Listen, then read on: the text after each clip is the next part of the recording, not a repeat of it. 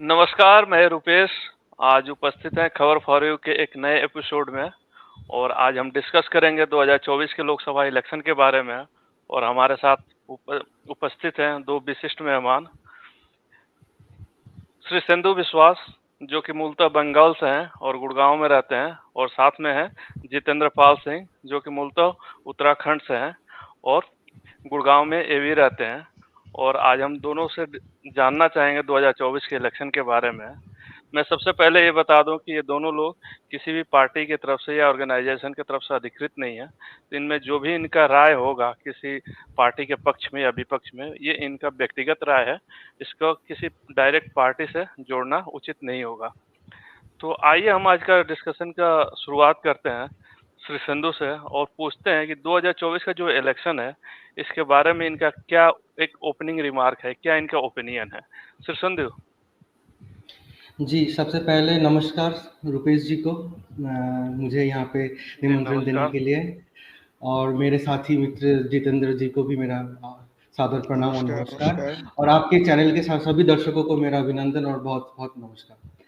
तो आप जो विषय आज चुने हो बहुत ही मौजूदा समय का एक बहुत ही अहम और महत्वपूर्ण विषय है, जो हमारे लोकतांत्रिक ढांचे में सबसे अहम पहलू माना जाता है। चुनाव जिसका नींव होता है हर लोकतंत्र का, उसका सबसे बड़ा लोकतांत्रिक पड़ाव जिसको बोलते हैं महापर्व, सबसे बड़ा उत्सव है वो, उसका घड़ी आ गया है और दोनों चरण संपन्न हो गया है। आने वाले दिनों में 5 चरण और संपन्न होने वाला है। तो इसके बारे में मेरा एक व्यक्तिगत अगर राय आप पूछे हैं तो उसके बारे में मैं यही बोल सकता हूँ कि हमारा देश दुनिया का सर्वबृहत और सबसे बड़ा लोकतंत्र है, सबसे बड़ा प्रजातंत्र है, ये सबको पता है। आबादी के मामले में हम लोग आज के तारीख में जब हम लोग बात कर रहे हैं, चाइना से भी कुछ हद तक थोड़ा बहुत आंकड़ा ऊपर नीचे हो सकता है, बट लगभग एक ही स्तर पे है, लगभग बराबर में ही है, बराबरी में है आबादी के अंक में भी। तो इतनी बड़ी, इतनी बृहत जो एक राष्ट्र है, उनका जो साधारण चुनाव होता है वो एक बहुत ही साधारण बात नहीं है, वो एक बहुत ही मतलब असाधारण और बहुत ही एक अभूतपूर्व चुनाव होने जा रहा है। बड़ी बात होती है, हिसाब से बहुत ही बड़ी बात होती है। और ये तो बोलने की अपेक्षा ही नहीं है कि हमारे देश दुनिया का सबसे बड़ा लोकतंत्र है। तो इस चुनाव मेरे नजर में इसलिए बहुत ही खास और बहुत ही तात्पर्यपूर्ण है क्योंकि मौजूदा हालात में जो देश का स्थिति है, जो देश का आर्थिक सामाजिक मिला के एक बृहत आकार में अगर मैं बोलूं कि हर गरीबी, महंगाई, बेरोजगारी जो प्रमुख मुद्दे हैं हर राष्ट्र, हर प्रदेश, हर स्तर के, हर वर्ग के लोगों के, समाज के, वो आज की तारीख में सामने उभर के आ रही है।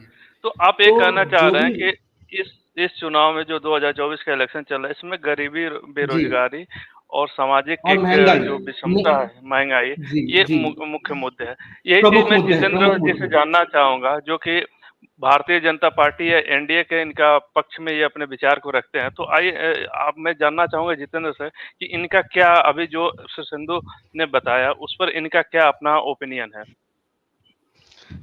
सबसे पहले नमस्कार और धन्यवाद मुझे यहाँ आमंत्रित करने के लिए। जी धन्यवाद। जैसा कि श्री सिंधु ने बोला कि ये एक बहुत बड़ा पर्व है, तो हमें पहले तो इस पर्व में अपना योगदान अवश्य देना चाहिए। हमें अपना जाके वोट अवश्य कास्ट करना चाहिए। हमें इस मौके को छोड़ना नहीं चाहिए, चाहे आप किसी के भी समर्थक हों और आपको चाहे लगता हो कि वो इस बार जरूरी है, नहीं जरूरी है, आप देश के किसी भी कोने में बैठे हों, लेकिन आपको अपना समय निकाल के 5 साल में कम से कम एक बार अपना ये वोट का योगदान जो है आपको अपना करना चाहिए।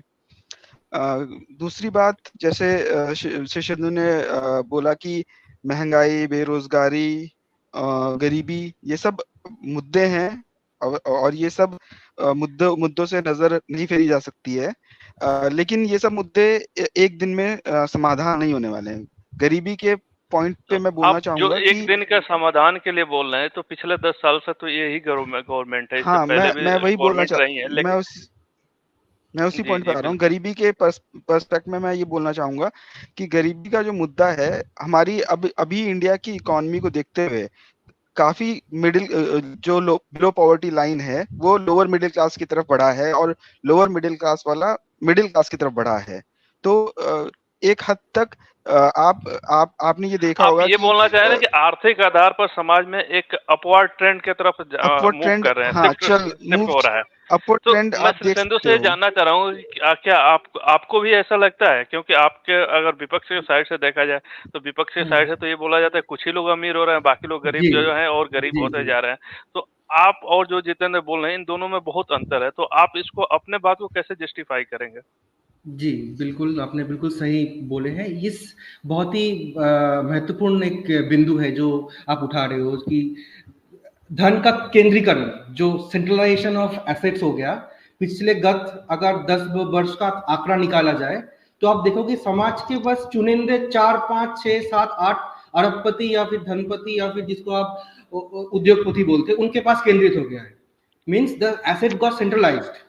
जो सामान्य नागरिक है, देश के 90% जो सामान्य नागरिक है, उनके रोजगार, उनके आमदनी में कोई ज्यादा इजाफा नहीं हुआ है। ये मैं नहीं बोल रहा हूँ, ये लेकिन सरकारी अगर आंकड़े बोल रहे हैं। मैं इसमें ये जानना चाह रहा हूँ तो कि अगर इसमें क्या होता 7, 8, है, 10 इसमें क्या या है, इसका जो सबसे बड़ा लूपहोल से सबसे बड़ा मैं बोलूं एक खराब इसका जो नतीजा हुआ है कि समाज विभाजित हो गया है।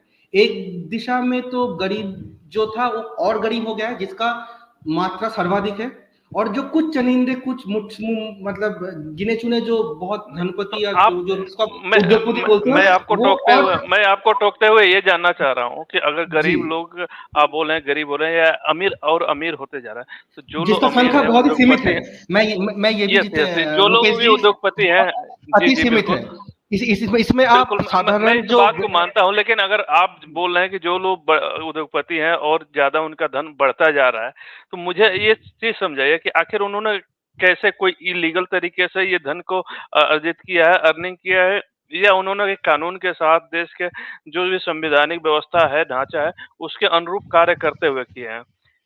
क्योंकि जी पक्ष की देखिए, तरफ से तो यही आता है कि अगर जो भी कोई गलत करता है तो उसके खिलाफ कार्रवाई होती है। अगर जी जी उन्होंने गलत तरीके से नहीं किया, उन्होंने अपने टैलेंट के वजह से किया है, तो इस पर आप लोगों को क्या दिक्कत है? देखिए और रुपेश सेम जी, मेरा इसका प्रश्न होगा जितेंद्र से भी। जी, तो इसका मैं जवाब मैं मैं दोनों तरफ से देना चाहूंगा। पहली तो इसका देखने का नजरिया दो है। इतनी बड़ी, जहाँ पे एक विविधतापूर्ण देश है, वहाँ पे हर व्यक्ति क्या सब संसाधन पूर्ण होगा या संभव है? ये किसी भी बड़े देश में ये संभव नहीं है।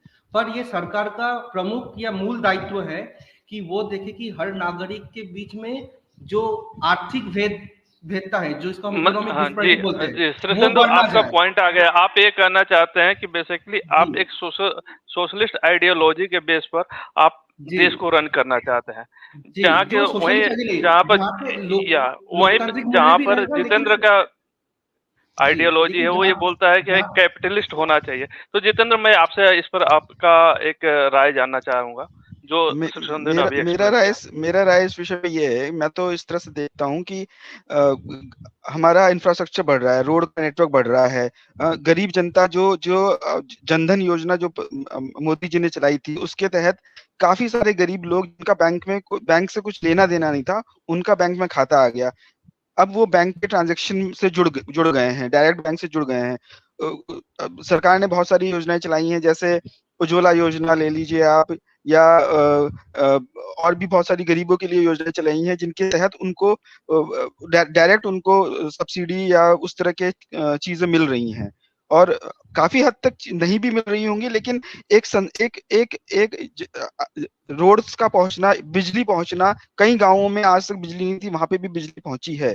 तो इन सब के पहुंचने से ही तो उनको अवसर मिलेंगे, उनको रोजगार के लिए या कुछ काम करने के बिल्कुल लिए या बिल्कुल कुछ बिल्कुल संसाधन के लिए चीजें उन तक पहुंचेंगी। तो ये चीजें, इन चीजों का होने से ही उनमें फिर जागरूकता आएगी, और फिर वो उस दिशा में बढ़ेंगे जिस दिशा तो से श्री बढ़ सिंधु के जी, वो रोजगार या जितेंद्र कुछ ने ये काम कर बोल रहे सकते हैं कि हैं। देश के गरीबों के पास इन्होंने मूलभूत सुविधाएं पहुंचाई है, जैसे बिजली हो गया, सड़क हो गया, पानी, जो लाभार्थी स्वच्छ की पानी बात दे कर रहे रहे हैं, हैं। राइट, हाँ जी, राइट, लाभार्थी की जो बात कर रहे थे, इससे लाभार्थी योजना। अल्टीमेटली गरीबों का ही उत्थान हो रहा है।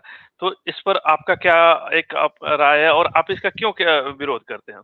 नहीं, हम किसी भी लाभार्थी योजना या किसी बड़ी एक कार्यक्रम के विरोध में नहीं है। हमारा कहना का ये मतलब है, बहुत ही सीधा क्योंकि सीधा, अगर जो ये चीजें आंकड़ा। अगर इतनी गलत ही होती तो मोदी को 2 बार इस मुद्दे पर वोट मिल चुके हैं। अगर ये चीज गलत नहीं होती तो लोग नहीं, इनको वोट के क्यों देते?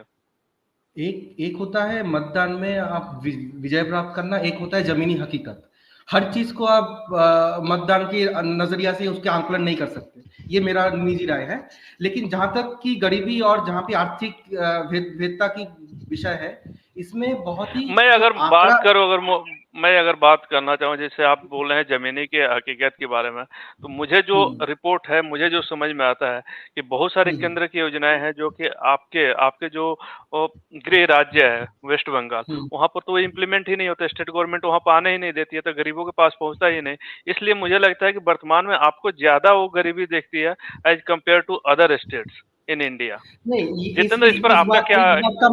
इस बात का मैं थोड़ा समय लेना चाहूंगा, मैं अनुरोध करूंगा आप मुझे समय दें। इस बात का मैं बहुत ही दृढ़तापूर्वक खंडन करता हूं कि ऐसा भी कोई भी केंद्रीय योजना नहीं है जो हमारे जो गृह राज्य आपने बात किया पश्चिम बंगाल में, वहां पे उसको लागू होने नहीं दिया।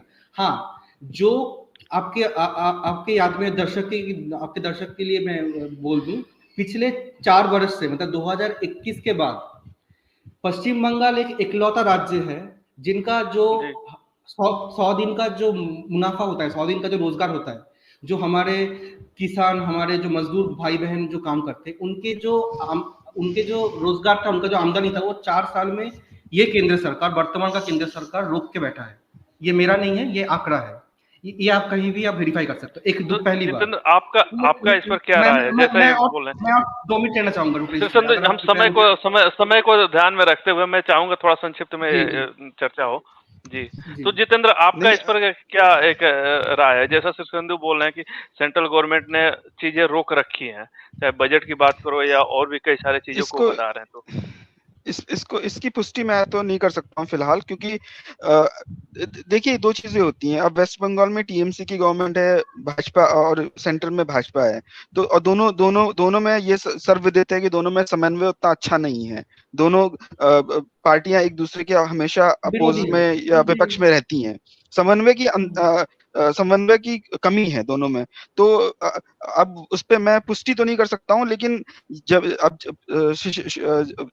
वेस्ट बंगाल की जमीनी हकीकत तो सिंधु ज्यादा अच्छे से बता सकते हैं, लेकिन ओवरऑल अगर आप देखिए तो गरीबों तक इस गवर्नमेंट ने गरीबों तक चीजें ज्यादा पहुंचाई हैं मैं वेस्ट बंगाल से आगे बढ़ के किसी और गवर्नमेंट से वहां पे आऊं जहां पर अभी हम लोग रह रहे हैं, गुड़गांव के पास में दिल्ली। तो आप दिल्ली में भी एक लीडर है जो अपोजिशन के लीडर है, अरविंद केजरीवाल जी। तो इनके साथ जो भी गवर्नमेंट कर रही है या इन्होंने अभी जो दिल्ली की जनता के साथ किया, इस पर आप लोगों का एक छोटा सा रिमार्क चाहिए दोनों लोगों का, संक्षिप्त में आप बता दें। इनके लिए तो मैं बस यही कहना चाहूंगा कि अभी के दौर में जब इतने बड़े अरविंद केजरीवाल जी इतने बड़े वकील को यूज कर रहे हैं, और वो भी जिनके एक ईमेल पे उनको समय मिल जाता है सुप्रीम कोर्ट से, हाई कोर्ट से, वो भी अगर इनको बेल नहीं दिला पा रहे हैं, तो मतलब कुछ ना कुछ बातें तो होंगी, कुछ ना कुछ पॉइंट्स तो होंगे जो ईडी ने रखे होंगे जिसके वजह से इनको बेल नहीं दी जा रही है। और दूसरी बात बस मैं इतना ही कहना चाहूंगा। रुपेश जी, देखिए, मेरा बहुत ही साफ कहना है इस विषय में। ये विषय अभी विचाराधीन है, इस सबजुडिस है, तो हमारा टिप्पणी करना सही नहीं होगा, पहली बात। फिर भी मैं ये जरूर कहना मैं समझ रहा हूँ आप जितना मैच्योरिटी के साथ इस बात को रख दिए, मैं इस बात को समझ रहा हूँ। चूंकि समय का अब हम अंतिम पड़ाव में चल रहे हैं, तो समय को ध्यान में रखते हुए जी बिल्कुल 30 सेकंड। बट अहम चीज ये है, ये विषय हमको देखना है, ये खाली अरविंद केजरीवाल की नहीं, देश के हर कोने पे जहां भी विपक्ष मजबूत है, रुपेश जी, ये बात बहुत ध्यान से आपके दर्शकों के लिए ये पहुंचना है। चाहे वो झारखंड की मुख्यमंत्री हेमंत सोरेन हो, जो पिछले एक महीने से, लेकिन सिंधु, मैं आपके पॉइंट आ गया, लेकिन मैं इसमें ये चीज समझना चाह रहा हूँ कि मैं ये बोल रहा हूँ, जहां पे भी विपक्ष मजबूत है वहीं पे ईडी, सीबीआई और इनकम टैक्स की बढ़ चढ़ के हमला, चाहे उस विषय में उस केस में आपकी बात सही है, लेकिन ना हो, आपकी बात सही है, लेकिन मैं इसमें ये कहना चाहूंगा, अगर इसमें कोर्ट भी यही बोलना चाहूंगा, ये लोकतंत्र के लिए बहुत ही बड़ी खतरे की घंटी है कि अगर विपक्ष को और हर वक्त कुचलना चाहते हो, हर वक्त उसका गला दबाना चाहते हो, तो लोकतंत्र का कोई मूल्य नहीं बचेगा, तो हमारा देश, संविधान कहाँ रहेगा? आप हमेशा विपक्ष के पीछे पड़े हैं, उनके नेताओं को पकड़ के, और जहां पे भी सत्ता का जितने भी नेता, जहां भी विपक्ष बहुत धन्यवाद संधु जी और जितेंद्र जी, जुड़ने के लिए।